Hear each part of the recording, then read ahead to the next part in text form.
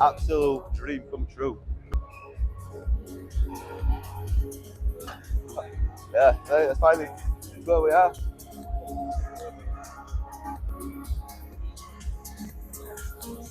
Second row. Arnold Schwarzenegger going to the camera in a minute.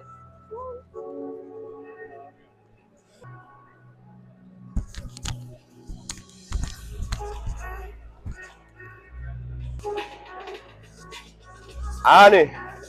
Arnie's coming.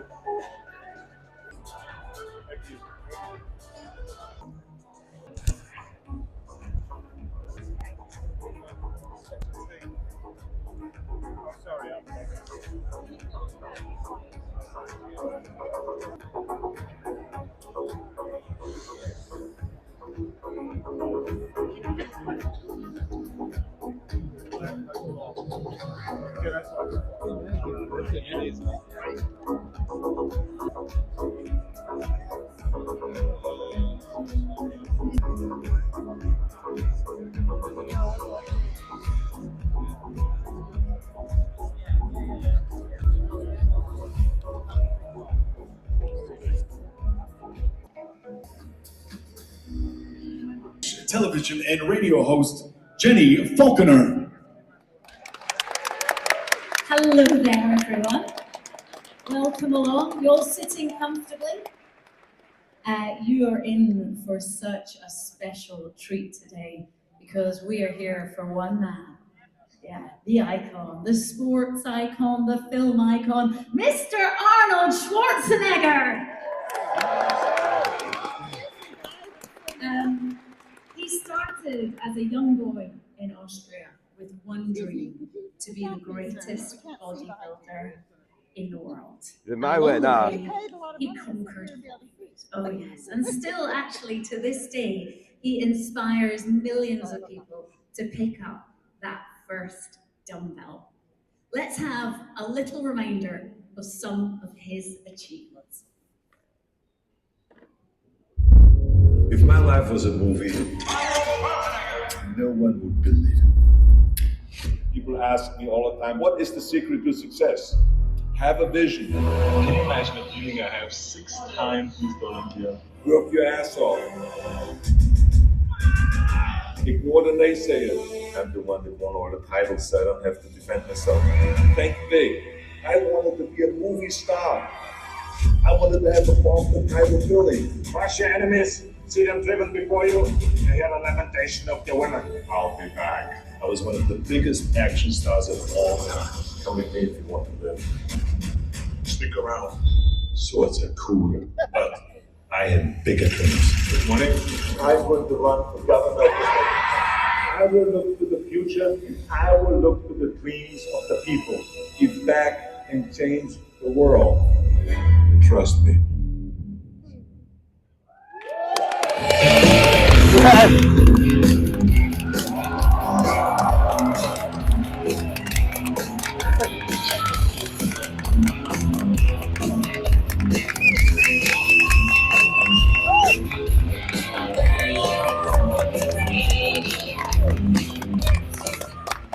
Is this the kind of reception you get everywhere you go? Well, not only the respect, but the enthusiasm. I mean, look at this crowd. I mean, Yes! you look outside there, and you see a mass of people, right? I do it differently. I see everyone individually. Like I see this guy in front, sit there all pumped up. Look at this, he's flexing his pectoral muscles now. Oh, he's so proud. Your mother would be very proud of you, trust me. Mothers love when their sons have pectoral muscles, by the way. But anyway, look at over this one, flexing his biceps. See, I see everything. I see way back there, there's a guy flexing his abs. There's one guy there, you see him back there, he's ripping off his shirt. He's doing the most muscular pose, how cute. I see this is what's going on. So I mean, of course, I love that because there's people here to get motivated. But it's important for them to know that you motivate me.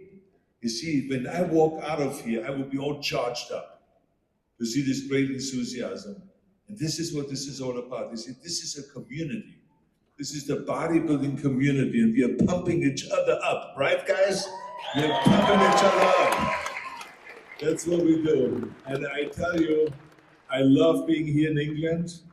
As I said many times, my career started in England when I won Mr. Universe in 1967 in London. And I became the youngest Mr. Universe ever with the age of 20.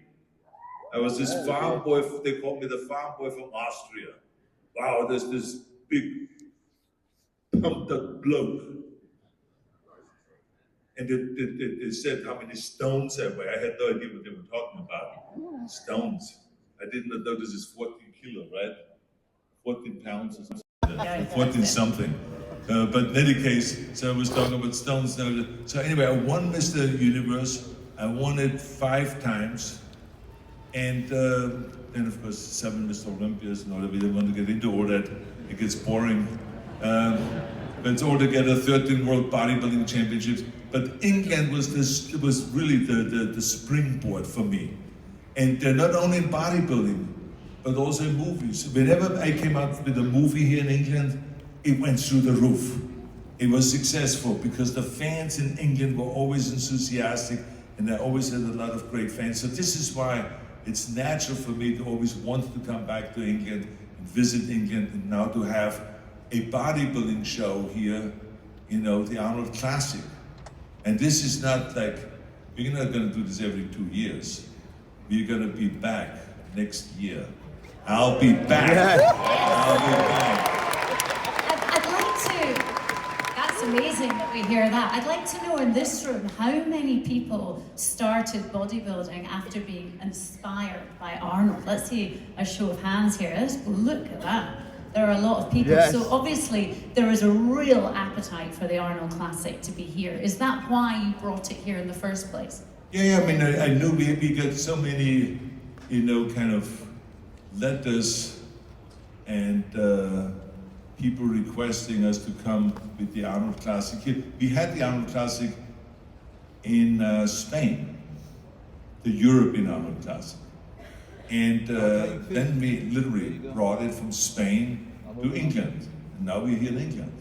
And we are having a huge success with the Arnold Classic here in England. We have, you know, we are so lucky to have this huge convention center here and this expo where we can have all the manufacturers of weight equipment display their stuff out there, and the people that manufacture clothing for bodybuilding have them display all their stuff, and the different food supplement companies. And so when you walk through the halls like I did today, at 8 o'clock in the morning I came already over and I worked out at the Banada weight training, this weight training facility out there to display their equipment, and I was there at 8 o'clock in the morning pumping up. I want to make sure that I'm pumped up when I come here on stage. You know, that my biceps feel okay. You're looking good. My chest and everything, and my lats, the wings. Because, you know, there's always the kind of the thing that you want to have wings, not just the back. You want to have huge lats. So that at any given time, if anyone has a movie to screen, you want to make sure they can screen it on your back. That's how bad, this is how big the back has to be. So that's the idea. But anyway, so I love walking around there and see what it is. So this, but I mean, it's successful because we are organizing it well, and it's successful because we have great fans. They're coming and they're watching it, and so without the fans, you have nothing. And also, there's a lot of money to be won here as well. I mean, isn't this the biggest amount of money outside America? $250,000. Well, the winners, they win anywhere from $250,000 to $750,000.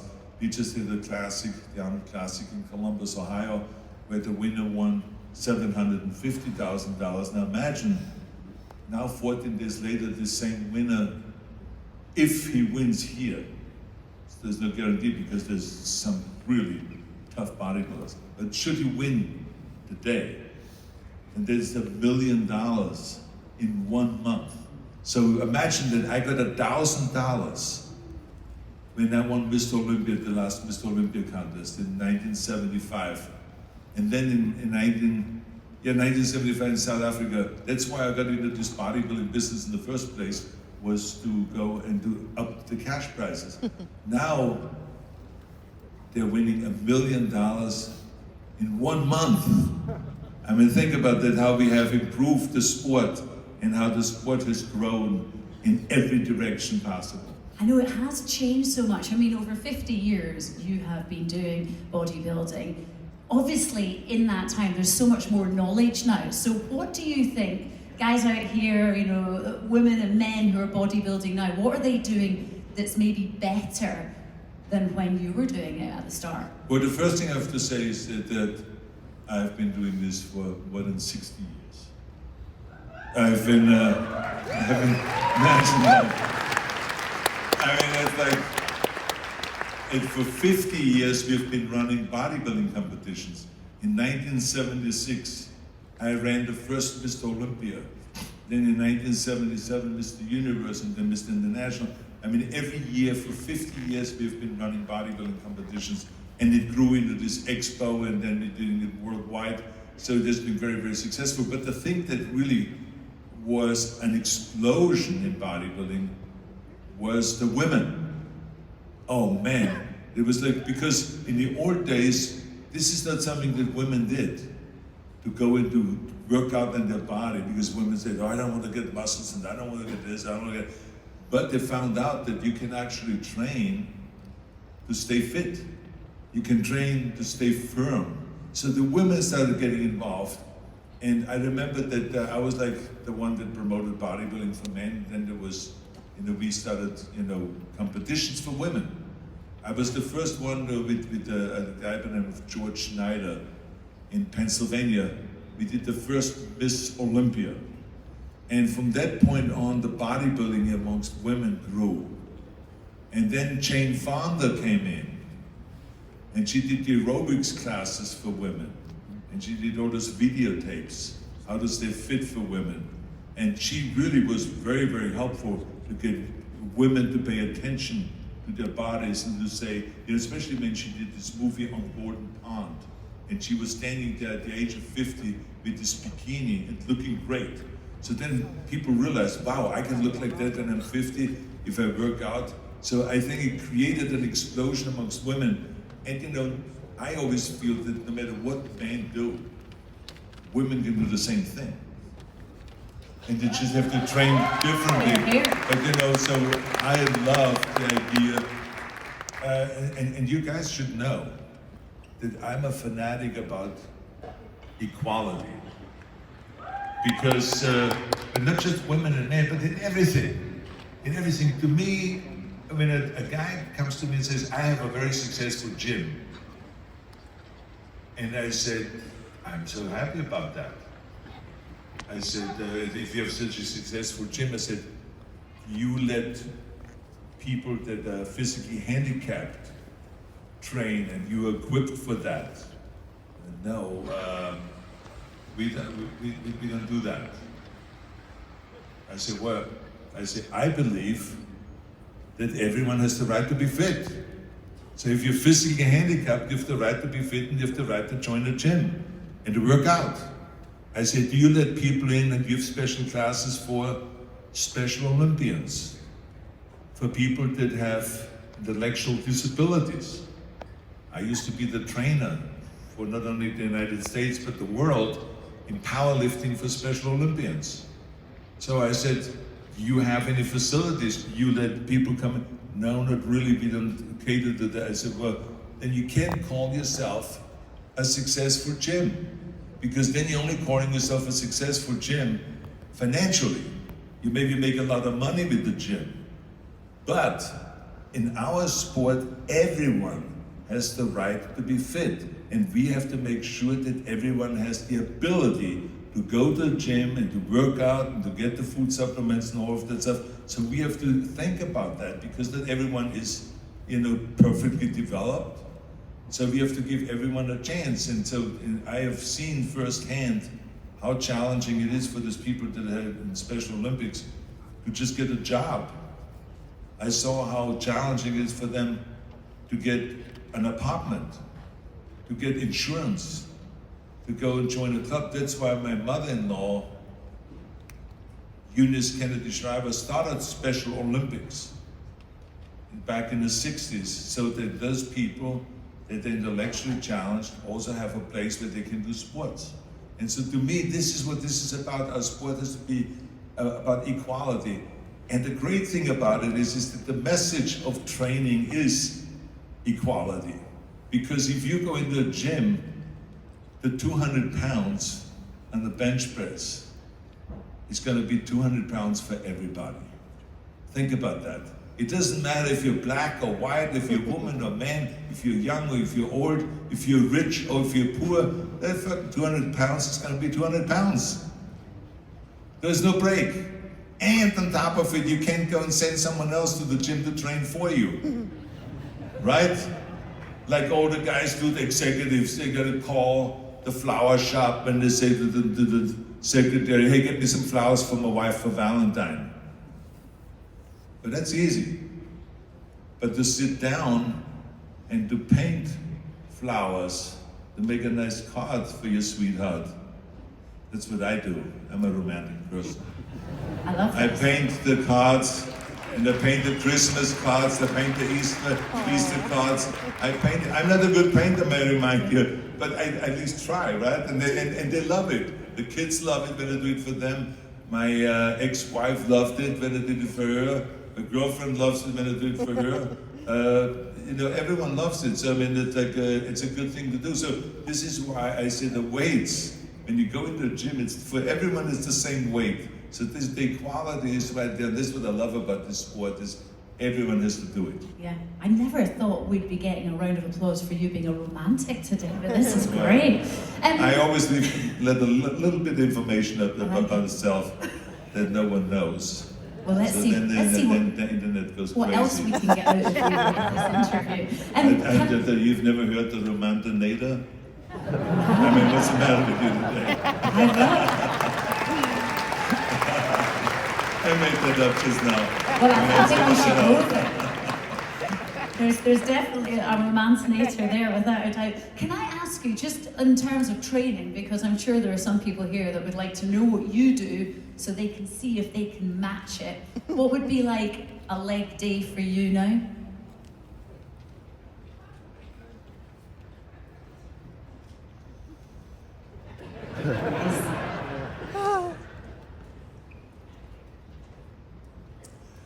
I don't train legs. There we go. I bicycle every day. That's it. And the reason for it is because, 10 years ago I was told I should get knee replacements from all the skiing and from running and the squatting and the deadlifting and the stunts in the movies and all that stuff. So I destroyed my knees and my back. And you laugh, but I mean, just think about that. In Terminator 1 I said, I'll be back. Now I say, oh, my back. I mean, yeah, this is not funny, I'm telling you. The thing is, I tell you what, some of the stunts you've done are definitely dangerous. I mean, what is the worst injury you sustained on set doing all these incredible stunts? Well, there's a lot of stunts that stunt people do, especially if it's a stunt that... Can you get a stunt double that even is the same size as you? I'm sure there aren't many of them. Well, now, yes, it's easy. Because now I'm not that big anymore. But it's a very good question, because I tell you, when I did Conan the Barbarian, I was like, the body was exposed almost at all times. So they couldn't find a stunt guy that had muscles, or a muscle guy that could do stunts. So I ended up with like 90%, 95% of it doing myself. Yeah, there was one scene, there was two scenes actually, that a stunt person did.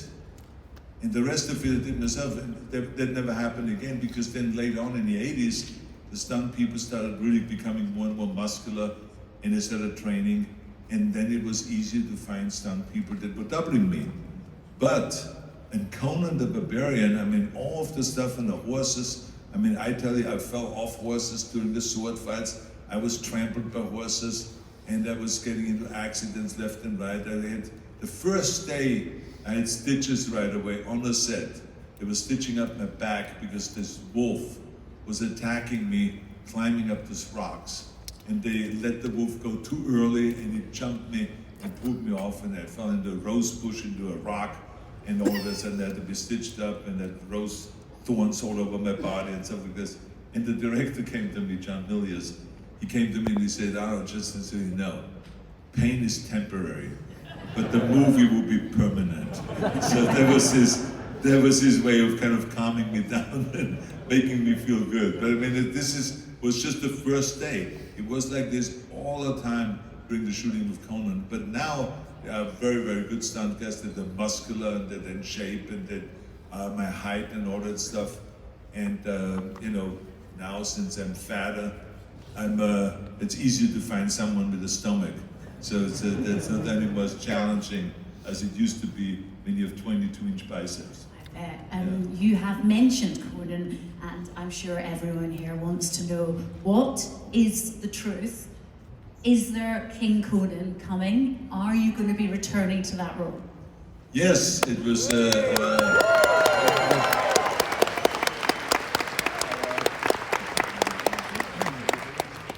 That is true, and you know, the movie wouldn't have worked if I would have done it 5 years after the first Conan, because the whole idea of King Conan is that he has been, for 40 years or so, the king, and he's older now, and he's not anymore in the shape that he was in his heyday, and now people are trying to take him out. And he's the king, he gets a little bit complacent, and he's tired of the job, and he wants to move on. And so there will be a lot of conflicts. You know, when you look at a movie like Unforgiven with Clint Eastwood, it will be along the lines of that, and it will be with, you know, just extraordinary battles. And so, interesting enough that all of a sudden, the film studios feel like that just to do a sequel or to do a copy of one of my movies doesn't work that well. They've tried it with Predator, they've tried it with Total Recall, and they've tried it with The Running Man now, and all of those films, and they feel like that doesn't work. You know, we cannot replace Schnitzel. And so now they're coming to me after all these years, you know, and they say, look, we want to do you know, Commando #2, and we want to do another Predator with you, and we already hired the writer and the director for Conan, King Conan. Next year you're gonna go and film King Conan. We will be ready, the script will be written, it will be prepped, and everything will be ready to go. So next year we're gonna do King Conan. So that is a reality now, and I'm delighted about it, because for the last 10 years I have been saying we should do King Conan, and we should really get a great, great script written, that someone that really understands Robert E. Howard, that understands the artwork of Frank Frazetta, and to really get into it and to continue on. And I want to have John Milius, the director of Conan 1, be maybe the producer of that. And so it will be really fantastic. And I think there's a huge, you know, audience out there that wants to see that. I think so. It'd Yes. be great, won't it? Conan was obviously one of the big breakthrough roles for you. It really was. But which film was it that stopped people coming up and saying, "Can I have your autograph, Mr. Schwarzenegger," as a bodybuilder, and suddenly they were asking you because you were a movie star? It started slow, you know, the whole process was very slow, because I was starting to do TV movies first with Lucille Ball and Art Carney, Happy Anniversary and Goodbye. And then I was doing Streets of San Francisco, then I was doing Stay Hungry with Sally Fields and Jeff Bridges. And so as I was doing these movies, I think Conan the Barbarian was the big breakthrough, because Conan the Barbarian was a studio movie that was done by Universal Studio. And it was like a international phenomenon. I mean, it was #1 box office when it came out, and people were shocked. People were shocked. They said, well, who are these people? But what is Conan? And but the fans were just so fanatic. They went the first weekend 3-4 times to see the same movie, to see Conan the Barbarian. They loved it so much, and so we had the longest lines in front of the theater, and people in the press and everyone was shocked. So anyway, I think that really launched my group, my movie career as a leading man. And so from then on, it was of course Terminator and Commando and Running Man and Predator and all of those movies. So one after the next. So so it was very clear that I was going in the right direction, and we created an era, the action era in the 80s. Then Stallone was doing a lot of the action movies and great action movies. And then Chuck Norris came in and did the action movies, and Van Damme came in and did action movies. So there was so many of the guys that were playing these action stars, and every weekend you saw another movie coming out. So it was really, really terrific.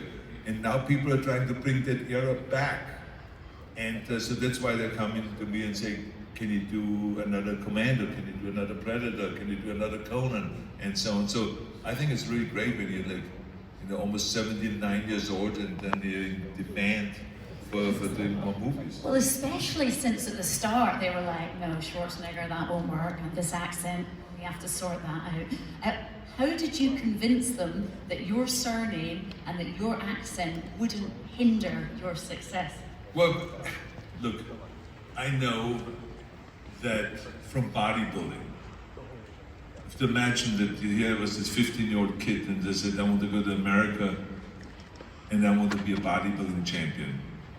Yeah, of course, everyone in Austria, especially my parents, thought that I was mentally ill.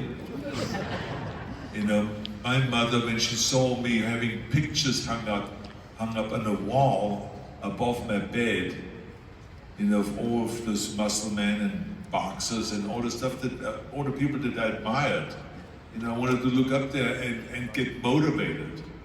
So she had the doctor, our house doctor, and in the old days you had house doctors that came to your house. She had the house doctor come to our house, and she told him about what she's concerned about. I said, look at this. I mean, my son has above his bed naked man hanging there.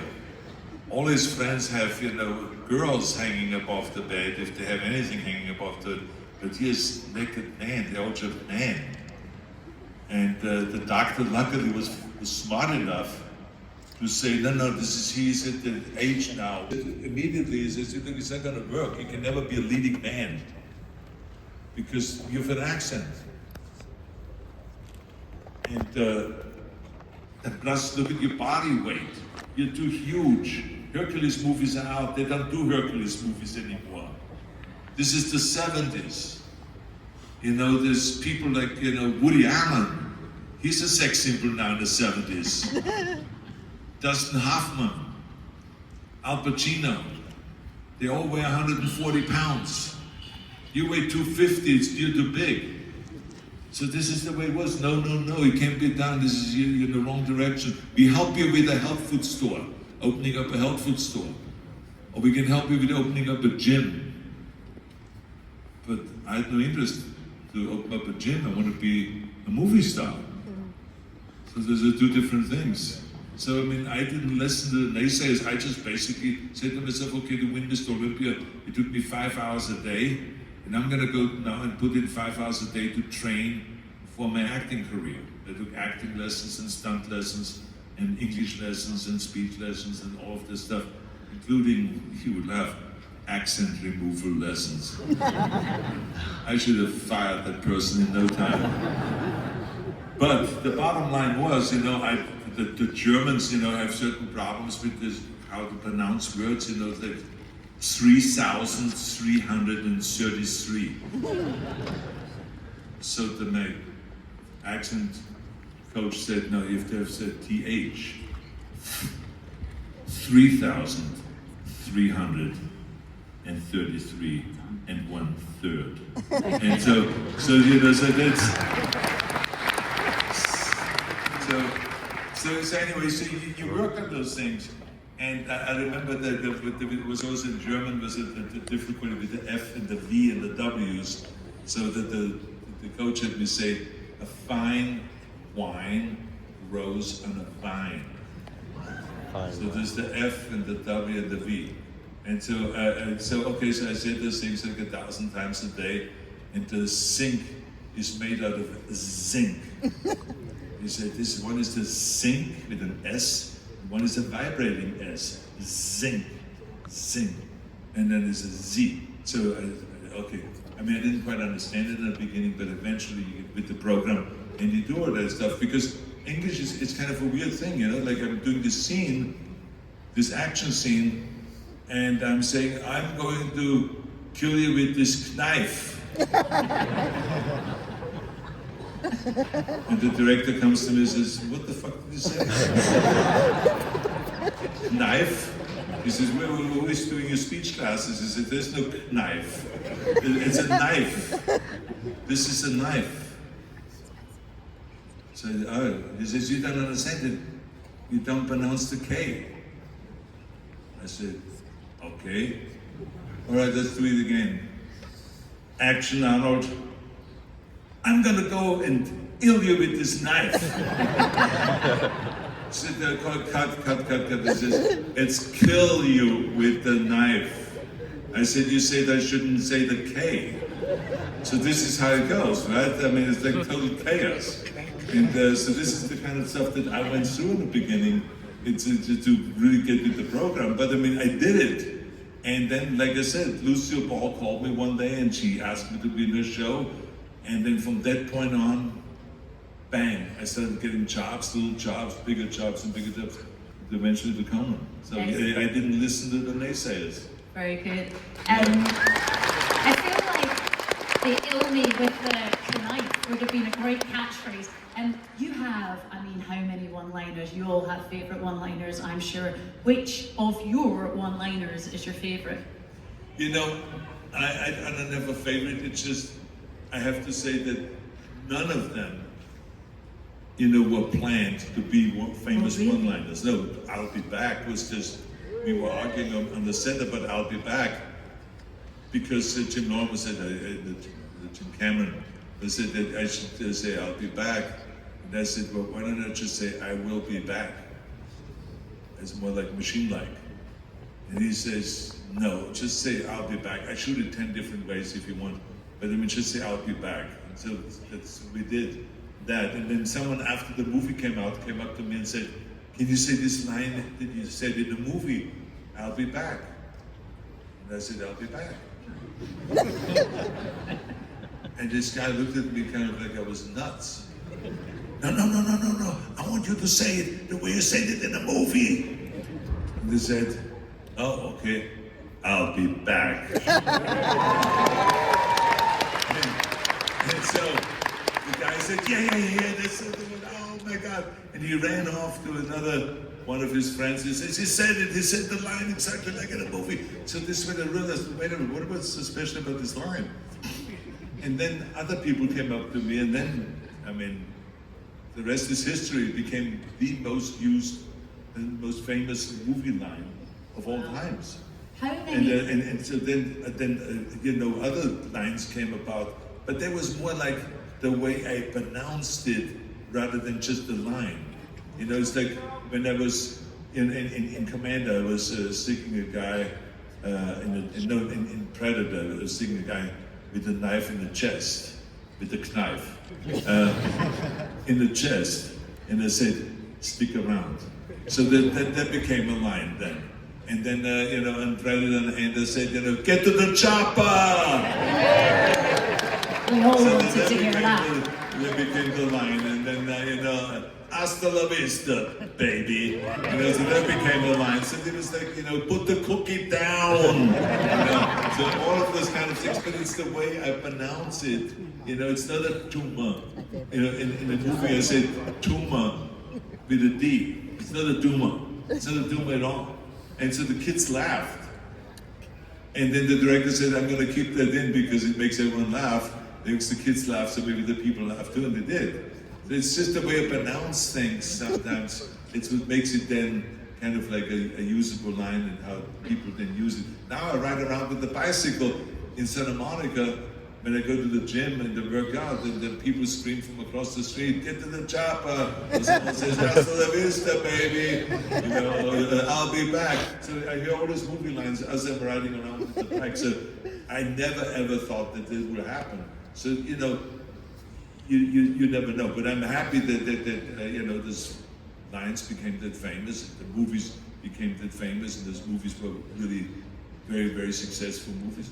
They were, and one of the films which actually, if you saw the list of movies that you've made and you knew how successful they all were, you might not have expected Twins to be up there as one of the most lucrative. It's brilliant, but you'd have thought that Terminator would have been more lucrative than Twins. Well, the interesting thing is that whenever they ask on a quiz show people about, you know, what was Schwarzenegger's first movie that made over $100 million domestically, an action movie or a comedy? Everyone says it was an action movie. But the fact was it was a comedy. It was Twins. Twins was the first movie that made over $100 million, made $128 million in America, and then they made overseas also around $130 million. And it was like the most successful movie then, and they didn't want to pay me for Twins because they said, "You're taking a risk. You know, we want to continue doing action movies with you, but I mean, how do we know that this movie is going to be successful?" I said, "Don't pay me. It's perfectly fine with me." I said, "Let's just make it simple. We all take a risk." I said, "You don't pay me. I do the movie, and they own 1/3 of the movie." They said, "Okay, that's a good deal." For you. And the movie made, and I have to tell you, the movie made, like I said, $250+ million worldwide. Wow. So I mean, I like the ownership. Right? So it's all about having, you know, kind of the confidence in yourself and investing in yourself. And it's again the naysayers. The naysayers will stop you, and the naysayers will kind of slow you down, but they never let that happen. And then I just, you know, moved forward because I was always very determined, and I knew that it was hard working. It was never kind of like I was trying to pull back and not work hard, because I believe one of the chapters in my book, Be Useful, is work your ass off, because there is no shortcut to work. Work, work, work. And that's the simplest that I always prepared really well for the movies. I always really prepared very well for the bodybuilding competitions. I always worked very hard on the after-school programs that I'm running in America, on the Arnold's Classic, and everything that I do, I work really hard because I love working, especially when you work towards something that you see that you can accomplish, you know. And to me, for instance, to this Arnold Classic, it's just heaven, because I wanted to make bodybuilding really big, and it has become so big now, you know, that we're literally like, I mean, there's not one hotel in the world that doesn't have a bodybuilding gym now. You know, there's no hospital that doesn't have a rehab center that uses weights. And there's no rehab facility anywhere that doesn't use weight resistance. I mean, there's no police station without weights. There's no fire station without weights. Every university has, you know, big weight rooms. Every military facility has big weight rooms. No matter where you go, there's weights and machines and weights. I mean, isn't that heaven? We finally have gotten to that stage, and let's be honest. Ask you, Arnold, you have done so much. I mean, you got to where you wanted to in bodybuilding. You have conquered Hollywood. I mean, you've had your stint in politics as well. Is there anything that you would like to do that you haven't done? Well, I mean, I've said that several times before. I would have liked to run for president of the United States, but because it was not born, I was not born in the United States, so therefore the Constitution says that you can't. And I'm not going to complain about it, because, you know, everything that I have been able to accomplish in my life is because of America. And So I'm not going to complain about the only thing that I can't do, which is run for president. I'm not going to complain about that. And we have so much great talent in America right now. So anyway, but the bottom line is I was happy with the governorship. And but I tell you, as soon as I said, even to my wife, that I want to run for governor, she says, "Oh, don't be crazy. This will never work." And my friends immediately said, "No, they're gonna eat your life. You know how the politicians are. They're gonna eat your life, and they're gonna paint you as this horrible person, says you shouldn't even get into it, and all of that stuff." But you know something? I had the balls to do it.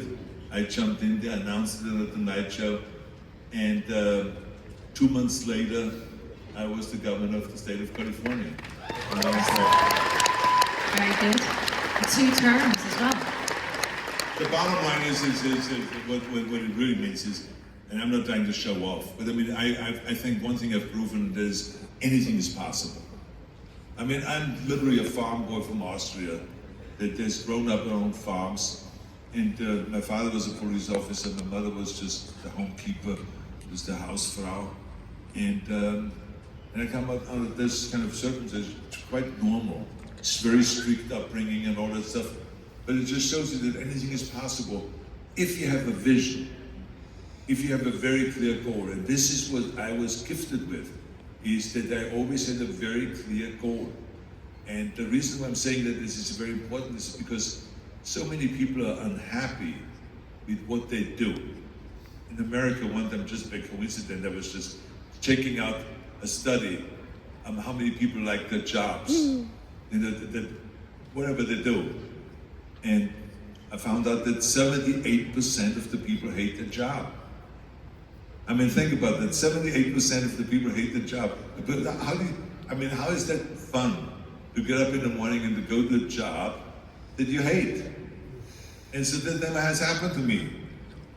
And there were moments that I didn't like, but I mean, I always had a very clear vision. I mean, to me, every rep that I did for bodybuilding was a rep getting closer to that goal. So I had fun to do another rep, another set, another weight, another pound. I was happy in the gym because I was chasing a goal. And the same is also in acting. To me, I saw it very clearly that I can be another Clint Eastwood or Charles Bronson or any of those old action guys. I can do that. Just, you know, I got to go and work towards that. And I had this vision and there was no one that could stop me. But it was fun. The struggle was fun.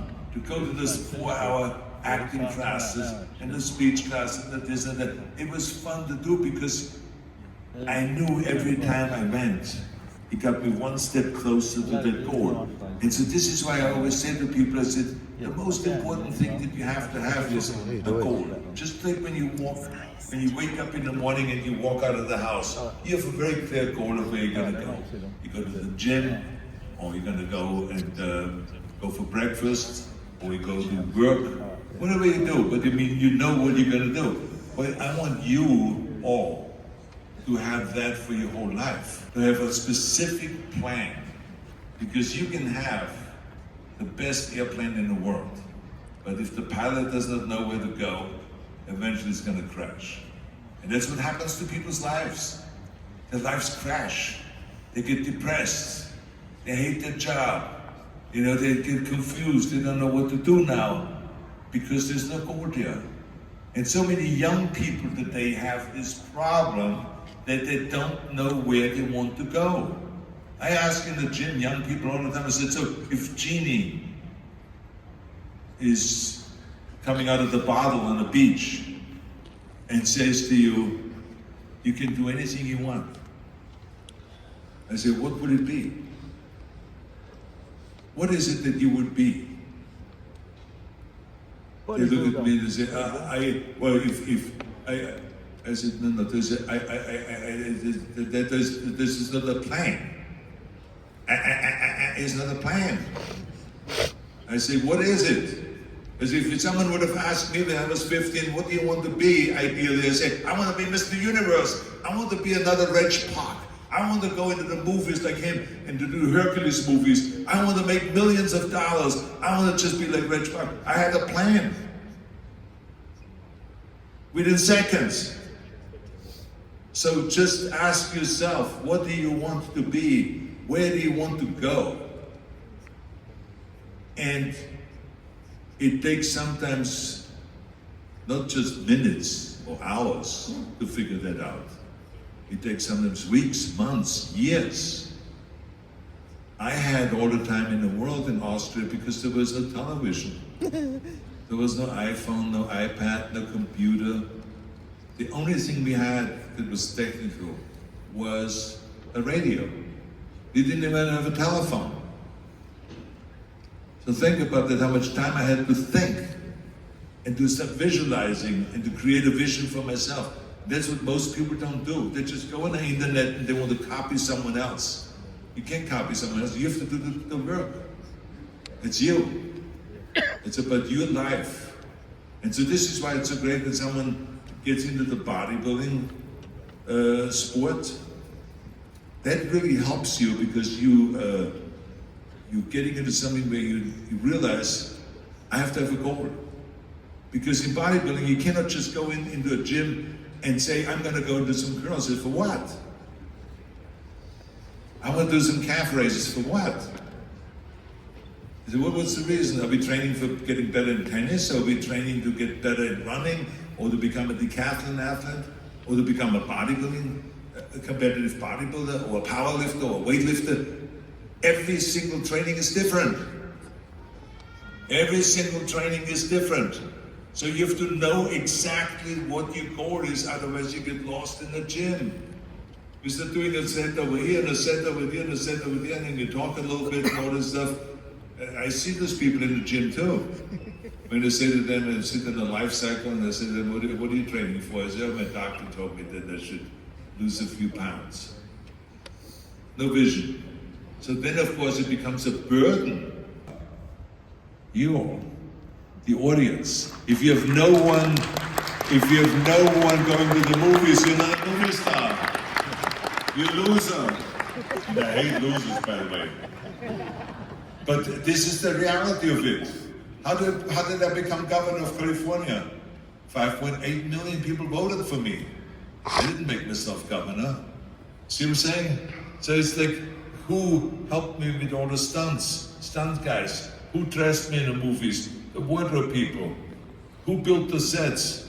The set designers and the contractors and all that. So I mean, imagine the amount of people that helped me get where I am today. So of course, when you recognize that you are a product of a lot of help, then you also recognize the fact that you have to also help and give something back to your community.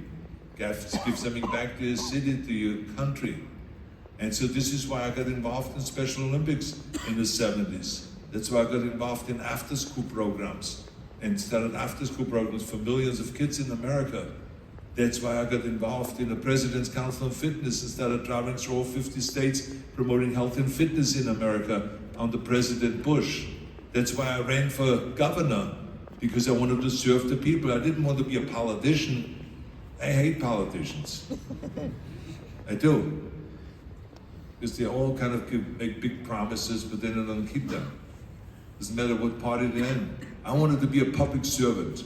That's why I want to be governor, to serve not just the Republicans, not just the right wing, because I'm more to the right. No, I wanted to serve all 40 million people of California.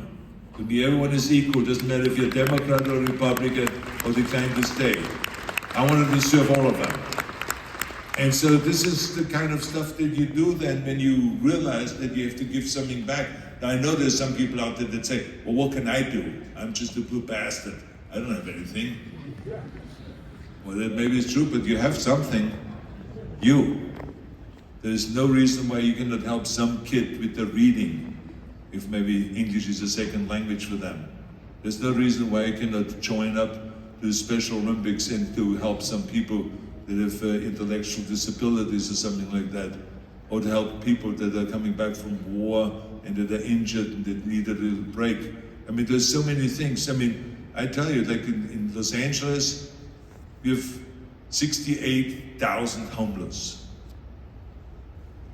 And it really annoyed me when I saw veterans that have fought for us in some war or the other, and them sleeping on the street now. So I said to the city, I said, why are you having veterans sleeping out on the street?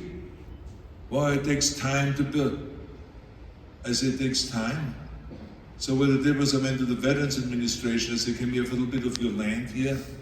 They said, yes. They said, why? I said, because I want to build how many homes, Cashel, did we build? 25 homes. I said, I want to have a room so we can build 25 little homes for veterans to bring them inside the Veterans Administration rather than having them sleep outside on the streets.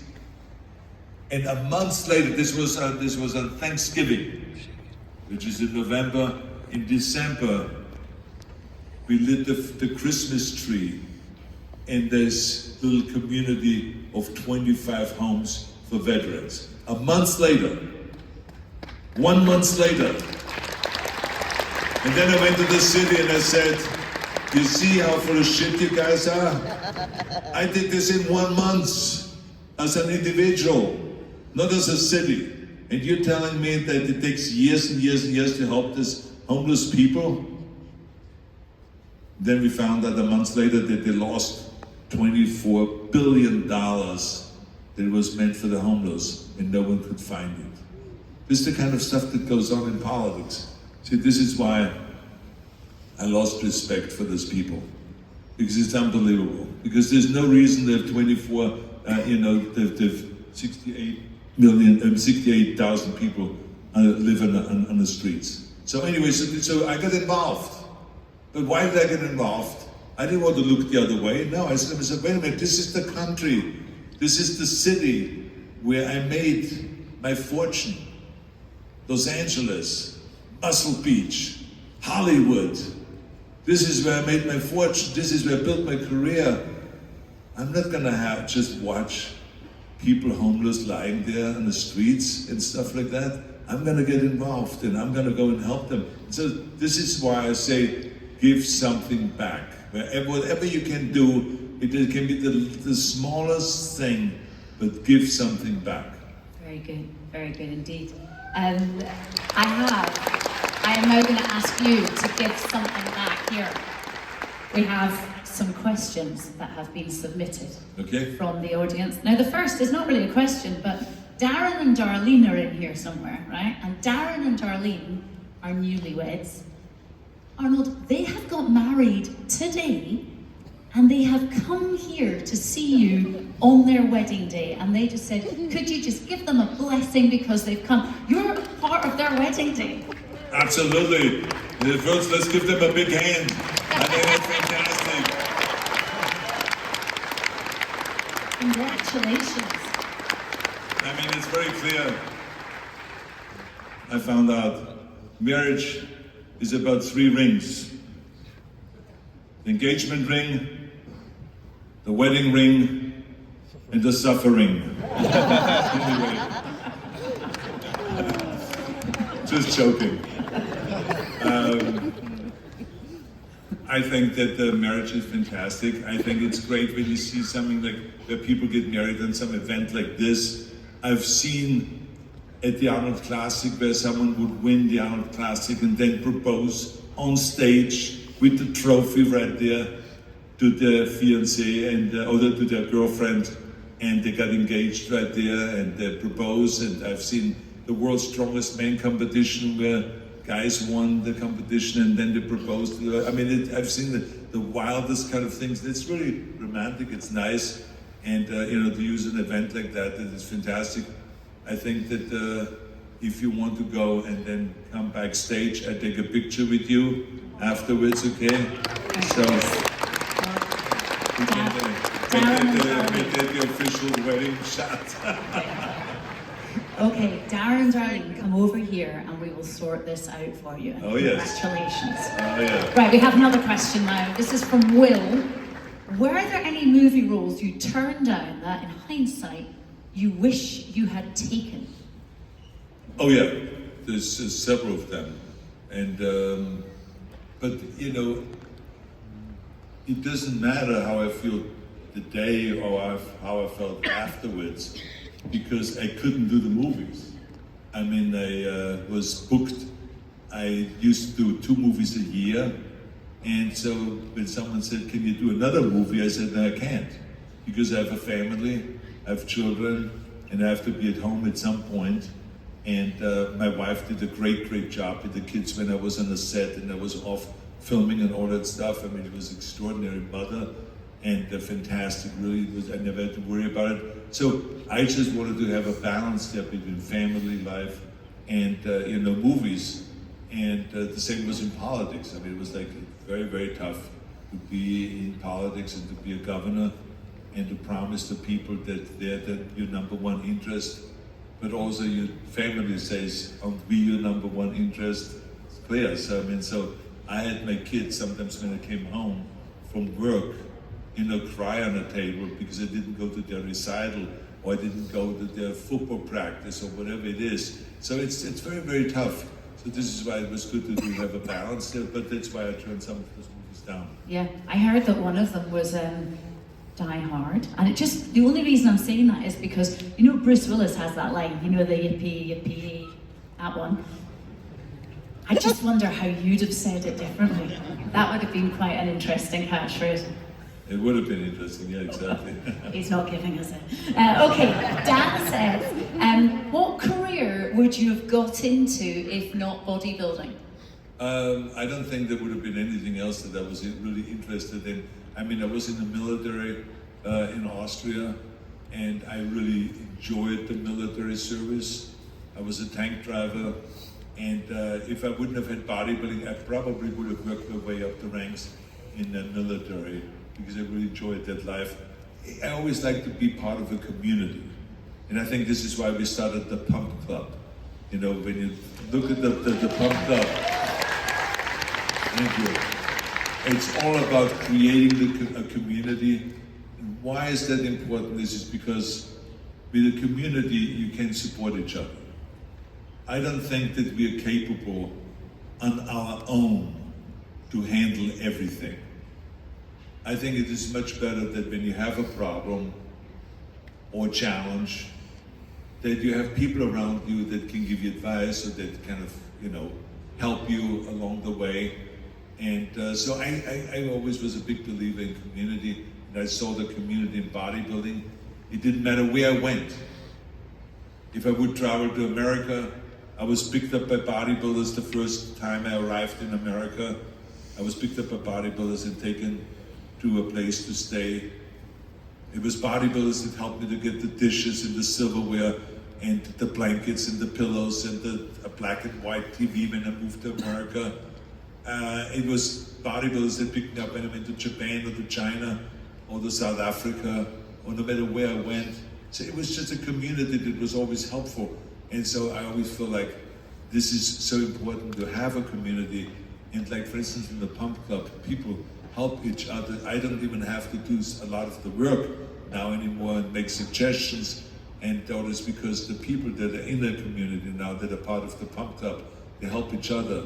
And it's wonderful to see that. So I always think that it is good to join something. That's why I enjoyed, I think, the military also. Absolutely. Okay, Ian from Ireland is here. Who is the best actress that you've shared a film with, and why? I think that the actress, it's Jamie Lee Curtis, probably, and she was very good in True Lies, and spectacular actress, and then Monica Barbaro, that was in Fuba. Was really brilliant actress.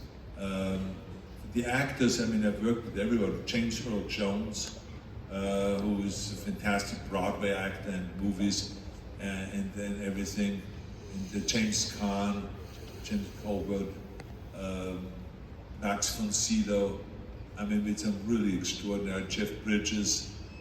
So I was fortunate enough to work with some really good people that I learned from and that have become kind of like very good friends of mine and also idols.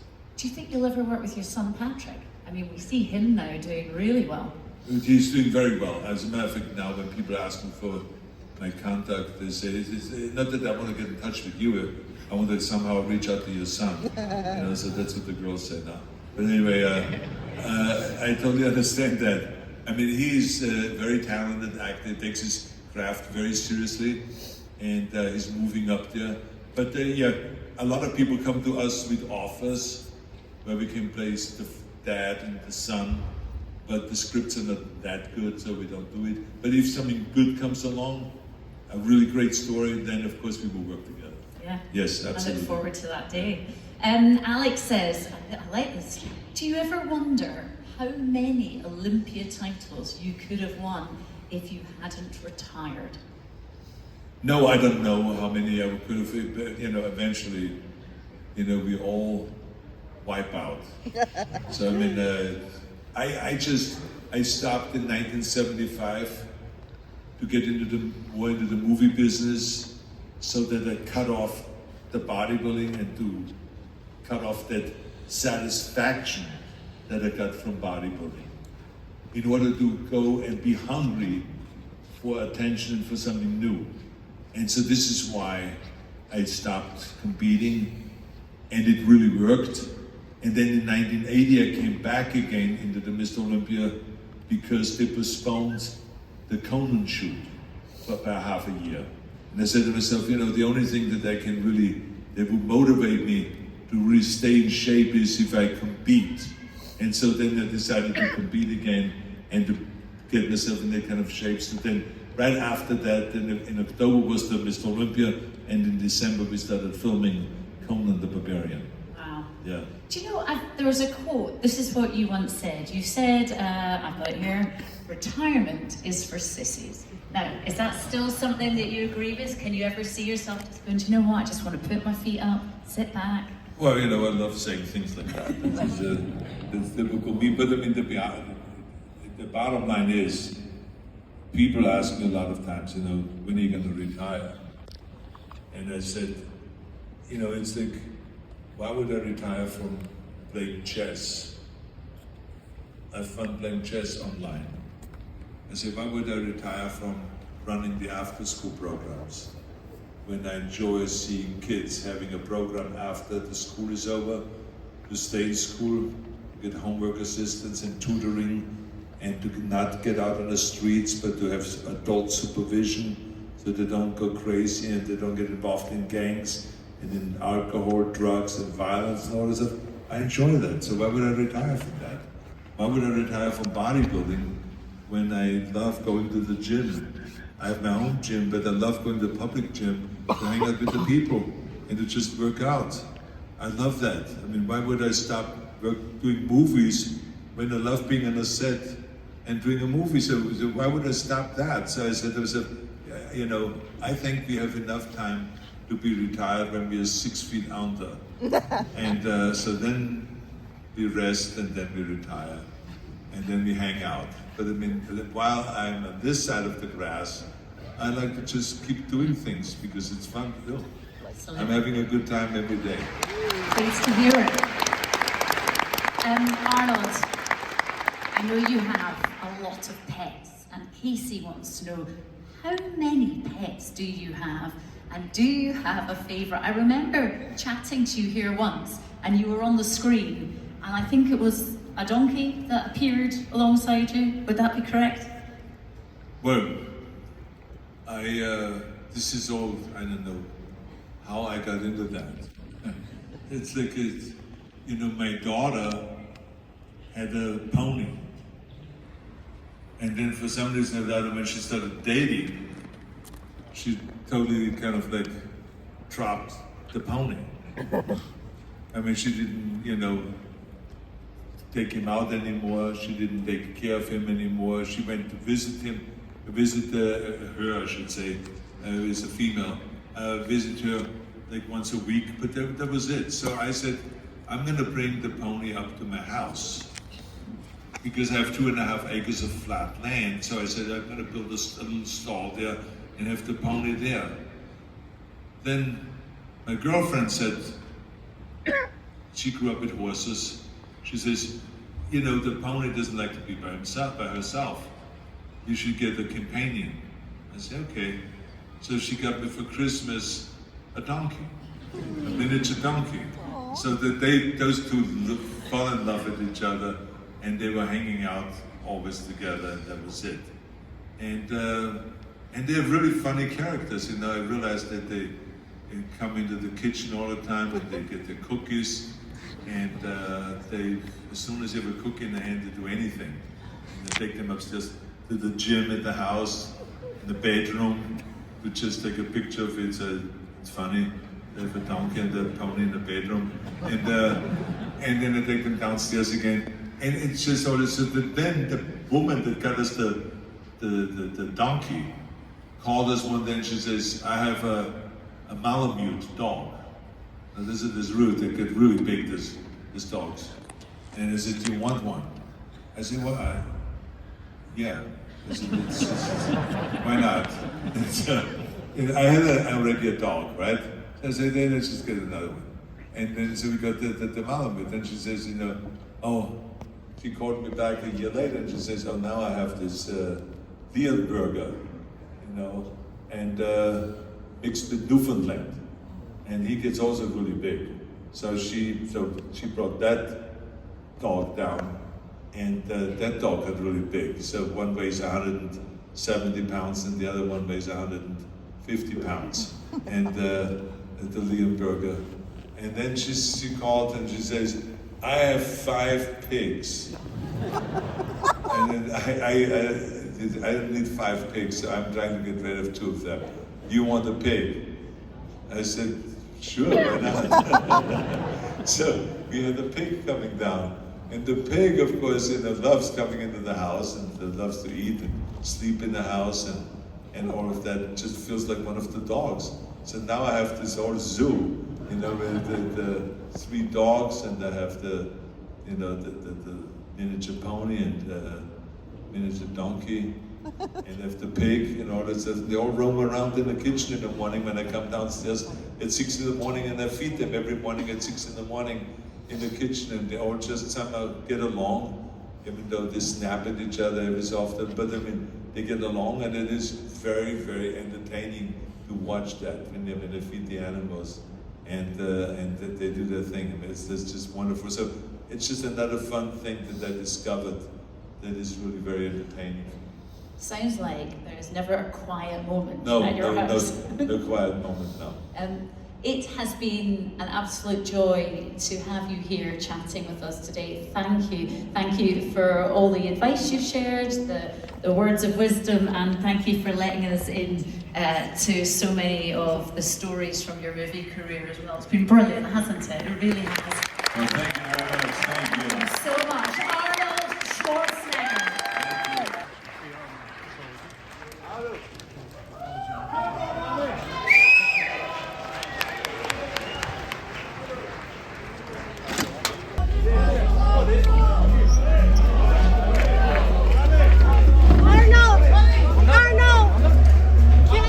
Turbo Man!